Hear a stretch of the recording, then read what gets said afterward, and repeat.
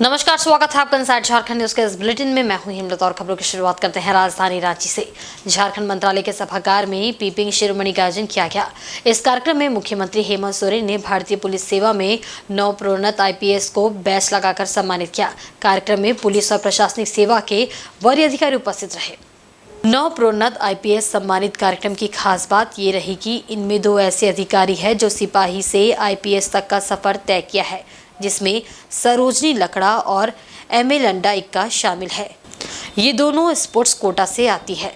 झारखंड के मुख्यमंत्री ने अपने संबोधन में कहा कि आज राज्य पुलिस सेवा के अधिकारियों के लिए सुनहरा अवसर तथा ऐतिहासिक क्षण है, जब झारखंड पुलिस सेवा के 24 अधिकारियों को भारतीय पुलिस सेवा में प्रोन्नति मिली है। सभी नवप्रोन्नत भारतीय पुलिस सेवा के अधिकारियों एवं उनके परिजनों को मुख्यमंत्री ने हार्दिक बधाई एवं शुभकामनाएं दी। उन्होंने कहा कि झारखंड के इतिहास में पहली बार ये क्षण आया है कि जब इतनी बड़ी संख्या में राज्य पुलिस सेवा के अधिकारी भारतीय पुलिस सेवा में पदोन्नत हो रहे हैं। तो इसमें से विशेष रूप से जो 2 महिला, जिनको आज के दिन में हम एक आईपीएस के ही ये में गणना करते हैं, आईपीएस जो बनी है, सरोजनी लकड़ा और श्रीमती एक्का, जो एक कांस्टेबल से लेके एक आईपीएस का एक लंबा सफर इन लोगों ने तय किया है। और मुझे लगता है कि झारखंड के इतिहास में ये पहला अध्याय है, जहां तक मुझे याद आती है, ये अभी जो मुझे जानकारी है। और ये कहीं ना कहीं हमारे पुलिस कर्मियों के लिए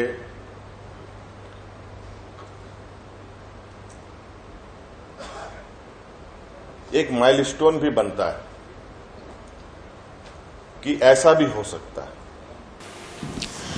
वहीं झारखंड के मुख्यमंत्री हेमंत सोरेन ने कृषि, पशुपालन एवं सहकारिता विभाग की उच्च स्तरीय बैठक की। इस बैठक में विभाग के द्वारा संचालित योजनाओं की समीक्षा की गई। मुख्यमंत्री द्वारा बैठक में विभागीय पदाधिकारियों को कई अहम निर्देश भी दिए गए। उन्होंने संभावित सूखे को देखते हुए पदाधिकारियों को एक्शन प्लान तैयार करने का निर्देश भी दिया। बैठक के बाद मुख्यमंत्री ने कहा कि झारखंड के 70% से अधिक लोग कृषि पर निर्भर होते हैं। इस कारण सरकार का अधिक ध्यान ग्रामीण क्षेत्रों में केंद्रित होता है। पिछले साल भी सूखे की आहट और प्रभाव को देखते हुए कृषक वर्ग को तत्काल राहत देने का कार्य किया गया था। दुर्भाग्यवश इस साल भी मौसम की आंख मिचौली हो रही है, जिसे लेकर काफी गंभीरता से इस बैठक में विचार विमर्श किया गया। राज्य में सूखे की स्थिति यदि आती है तो इससे किस प्रकार निपटा जा सके, उसे लेकर स्पष्ट निर्देश दिया गया है। झारखंड के लगभग 70% से अधिक लोग खेती बाड़ी पर निर्भर हैं, और पिछला बार भी और उससे पहले भी और अब भी हम लोग की चिंताएं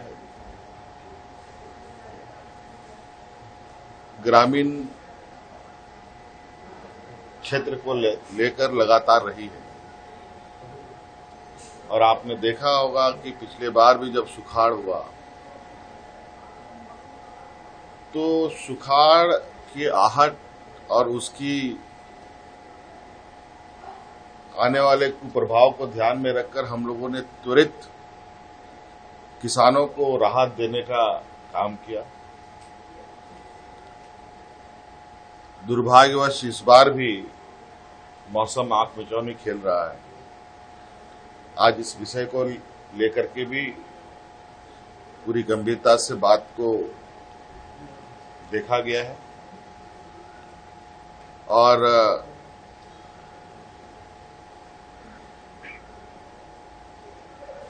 कई महत्वपूर्ण विषय को लेकर किसानों के लिए क्या हम बेहतर कर सकते हैं, इस पर हम लोगों ने चर्चा की है। इधर मणिपुर में हुई घटना के विरोध में राजधानी रांची के हरमू चौक पर झारखंड निर्माण मजदूर यूनियन ने मंगलवार को प्रतिवाद मार्च निकाला।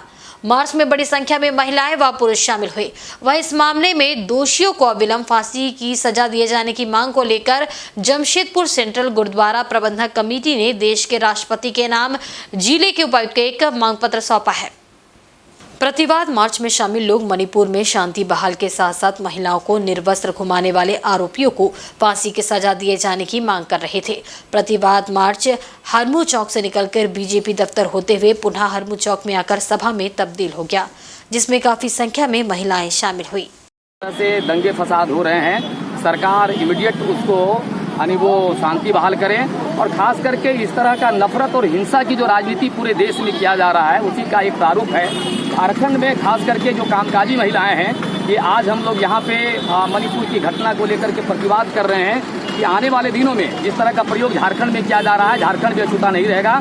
झारखंड को भी यानी उसी तरह से दंगे फसाद आग के हवाले करने की तैयारी चल रही है और हम लोग का सीधा मांग है कि जो महिलाओं के साथ जो बलात्कारी है उसको फांसी का सजा दिया जाए, फांसी से कम सजा नहीं हो। और ये अविलंब ये कह रहे हैं कि भाई संसद के अंदर में कि हम बहस करने के लिए तैयार हैं, बहस हो, सकारात्मक बहस हो, बहस से काम नहीं चलेगा। इमीडिएट 2 दिनों के अंदर में शांति बहाल की प्रक्रिया चालू हो, अन्यथा देश के अंदर में इस सरकार को भी 2024 में खतरे की घंटी बजेगी। 3 मई से जल रहा है, वहाँ का नेट बंद कर दिया जा रहा है, कर दिया और इस चीज को मतलब बाहर ना निकले बोल के इस तरह किया। लेकिन देखिए मणिपुर में आज बीजेपी का सरकार है और वहाँ का बीजेपी का सरकार है, बीजेपी का मंत्री है, वो कान में तेल डाल के सोया हुआ है और सब करवा रहा है वहाँ का मुख्यमंत्री। आदिवासी महिलाओं को न्याय न दे और आदिवासी महिला लोग बढ़े नहीं, इसलिए वो बीच से ही काटना शुरू किया है। वहीं सेंट्रल गुरुद्वारा प्रबंधक कमेटी के प्रतिनिधियों ने भी मणिपुर की घटना पर कड़ी प्रतिक्रिया दी है। उन्होंने महिलाओं के साथ हुए बलात्कार की इस घटना को मानवता को शर्मसार करने वाला बताया। इतना ही नहीं, जब एक युवती के पिता व भाई ने इसका विरोध किया तो उन्हें भी मौत के घाट उतार दिया गया। इस घटना के तमाम आरोपियों को फांसी की सजा दिए जाने की मांग इन्होंने की। साथ ही मणिपुर निवासियों से धर्म के नाम पर लड़ाई बंद करने की अपील भी की गई। इंसानियत के खिलाफ हमारी बहन बेटियों का जो बलात्कार हुआ है उसकी हमारा समाज कड़े शब्दों में निंदा करता है और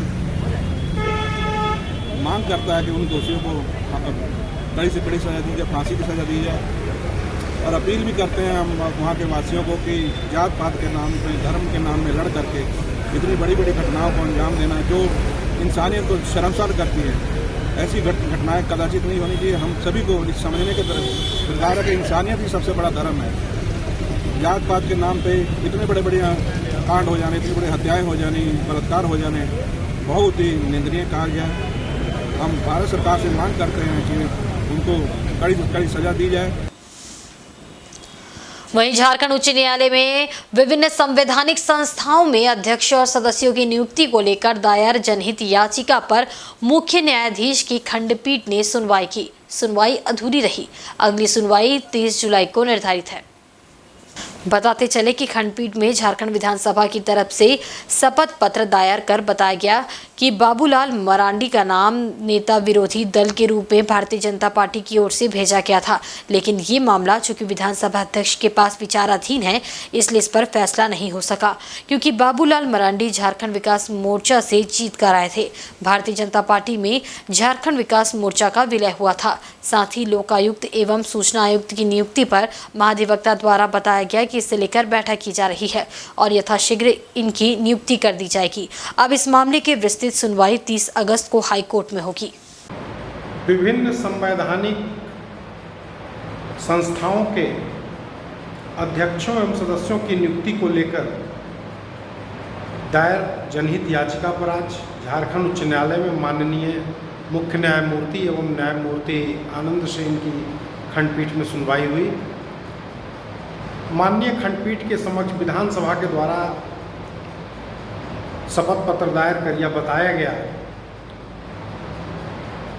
कि बाबूलाल मरांडी का नाम भारतीय जनता पार्टी की तरफ से नेता विरोधी दल के रूप में भेजा गया था, लेकिन यह मामला चूंकि स्पीकर के पास पेंडिंग है, इसलिए इस पर फैसला नहीं हो सका क्योंकि वो जेवीएम से जीत कर आए थे और भारतीय जनता पार्टी में इनका मर्जर हुआ था। साथ ही अन्य लोकायुक्त एवं सूचना आयुक्त की नियुक्ति पर माननीय विद्वान महाधिवक्ता के द्वारा यह बताया गया कि इसके लिए शीघ्र ही बैठक की जा रही है और इनकी नियुक्ति शीघ्र ही कर दी जाएगी। इस मामले की विस्तृत सुनवाई के लिए 30 अगस्त का समय निर्धारित किया गया है।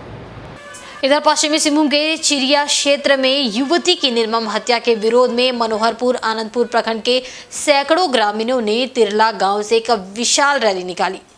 ग्रामीणों ने हाथों में बैनर, तख्तियां और मोमबत्ती लेकर नारेबाजी की।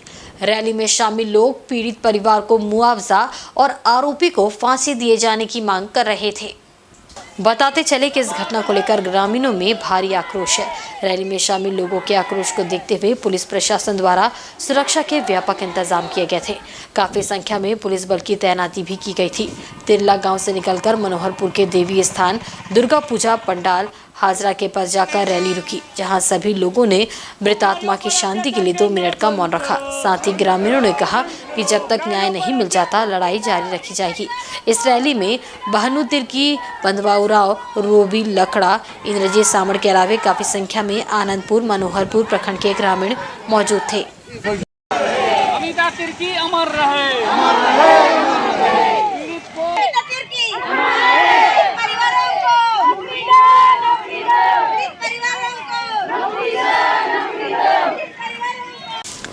झारखंड में उड़िया को द्वितीय राजभाषा का स्थान प्राप्त है, लेकिन इसके बावजूद उड़िया भाषा के संरक्षण को लेकर सरकार उदासीन रवैया अपनाए हुए हैं।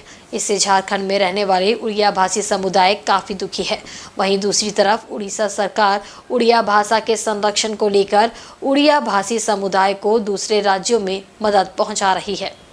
उड़ीसा के केंद्रीय उत्कल सम्मेलनी के पदाधिकारियों ने सोमवार को चक्रधरपुर का दौरा किया। चक्रधरपुर के उत्कल मणि विद्या मंदिर स्कूल में आयोजित कार्यक्रम में उत्कल सम्मेलनी के केंद्रीय अध्यक्ष प्रोफेसर डॉक्टर आदित्य कुमार पात्र, उपाध्यक्ष पद्मलाभ श्यामल, महासचिव रविंद्र मिश्रा, कोषाध्यक्ष भीमसेन महापात्र, सम्मेलन के मुख्य उपदेष्टा प्रोफेसर नागेश्वर प्रधान और जिला अध्यक्ष पीके दास के साथ उड़िया भाषा विकास परिषद झारखंड के महासचिव दिलीप प्रधान मुख्य रूप से मौजूद थे।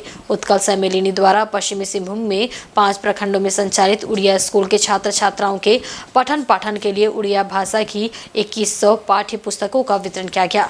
इस दौरान पदाधिकारियों द्वारा उत्कल सम्मेलनी की पत्रिका का भी वितरण किया गया, ताकि उड़िया भाषी लोगों को उड़िया भाषा के संरक्षण व प्रचार प्रसार के लिए प्रेरित किया जाए।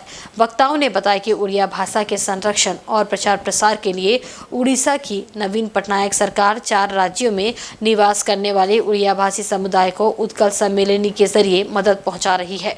उड़ीसा सरकार द्वारा मानदेय देकर झारखंड में उड़िया शिक्षक बहाल किया गया है। झारखंड सरकार खूब शीघ्र उड़िया भाषा शिक्षक नियुक्ति दिंतु एवं विभिन्न शिक्षक शिक्षा मैं झारखंड सरकार से अनुरोध करता हूँ, पहले जो उड़िया विद्यालय था वो सभी में उड़िया शिक्षकों को नियुक्त दे, ताकि हमारी उड़िया भाषा चल सके। बच्चे लोग जो उड़ीसा सरकार से अनुदान से अभी प्राइमरी तक उड़िया पढ़ पा रहे हैं, लेकिन मध्य विद्यालय और उच्च विद्यालय में उड़िया भाषा बंद हो चुका है। विशेष रूप से ये जिस हालत में अभी चल रहा है, किसी भी दृष्टि से ये संभव नहीं है कि कोई स्कूल को इस तरह चलाया जा सकता है। उम्मीद है कि झारखंड सरकार तो कुछ दिया ही नहीं अभी तक, और उनके माध्यम से जो अनुदान भी आ रहा था वो भी बंद हो गया है। बंद होने के बावजूद अभी हम लोग आगे और भी सरकार से आग्रह करने के लिए, उनसे विचार विमर्श करने के लिए आगे बढ़ेंगे। इधर पश्चिमी सिंहभूम के किरीबुरू और मेघाहातुबुरू की लीज जमीन और क्वार्टरों में अवैध रूप से रह रहे लोगों को सेल ने जगह खाली करने का नोटिस थमाया है। इसको लेकर पूर्व सीएम मधु कोड़ा ने नाराजगी जताई है। उन्होंने लाचार, बेबस, गरीब, मजदूर वर्ग के लोगों को सेल द्वारा नोटिस दिए जाने का पुरजोर विरोध किया है। इसके पहले पूर्व सीएम ने किरीबुरू और मेघाहातुबुरू क्षेत्र का दौरा किया और कहा कि किसी भी सूरत में यहां बसे लोगों को बेघर होने नहीं दिया जाएगा। दरअसल पिछले कुछ दिनों से सेल के किरीबुरू और मेघाहातुबुरू खादान प्रबंधन द्वारा सेल की जमीन और क्वार्टरों में अवैध रूप से रह रहे लोगों को नोटिस थमाया जा रहा है। रिटायर्ड सेल कर्मी से लेकर गरीब मजदूरों को नोटिस देकर 30 दिनों के अंदर सेल क्वार्टर और अतिक्रमित भूमि को खाली करने को कहा गया है। साथ ही खाली नहीं करने पर आवश्यक कार्रवाई करने की चेतावनी भी दी गई है। इस बीच पूर्व सीएम मधु कोड़ा इन लोगों के बीच मसीहा बनकर सामने आए हैं। सोमवार को मधु कोड़ा ने किरीबुरू और मेघाहातू क्षेत्र का दौरा कर नोटिस के बाद के हालात का जायजा लिया, लोगों से पूरे मामले की जानकारी ली। लोगों ने बताया कि 80 साल पहले सेल ने ही उन्हें दूसरे प्रांतों से लाकर बसाया था और अब उन्हें उजाड़ने पर तुली है। लोगों की बात सुनने के बाद पूर्व सीएम मधु कोड़ा ने कहा कि मेरे भी बाप दादाओं को भी सेल ने इसी तरह मजदूरी के लिए सेल खदान में बाहर से लाकर लगाया था। सेल प्रबंधन रहने के लिए गरीब मजदूर वर्ग को कोई व्यवस्था नहीं देती है, लेकिन सेवा सुविधा के लिए उसे सभी वर्ग के गरीब मजदूर लोग चाहिए। जब सेवा सुविधा के लिए लोग यहाँ आएंगे तो उन्हें रहने के लिए भी जगह सेल को देना होगा। मधु कोड़ा ने कहा है कि सेल प्रबंधन ने उन्हें आश्वस्त किया है कि इस मामले में गरीबों को ज़्यादा से ज़्यादा राहत कैसे मिले, इस पर सेल प्रबंधन विचार कर रहा है। मधु कोड़ा के जवाब से किरीबुरू निवासी फिलहाल तो राहत की सांस ले रहे हैं, लेकिन उन्हें सेल प्रबंधन पर भरोसा नहीं है।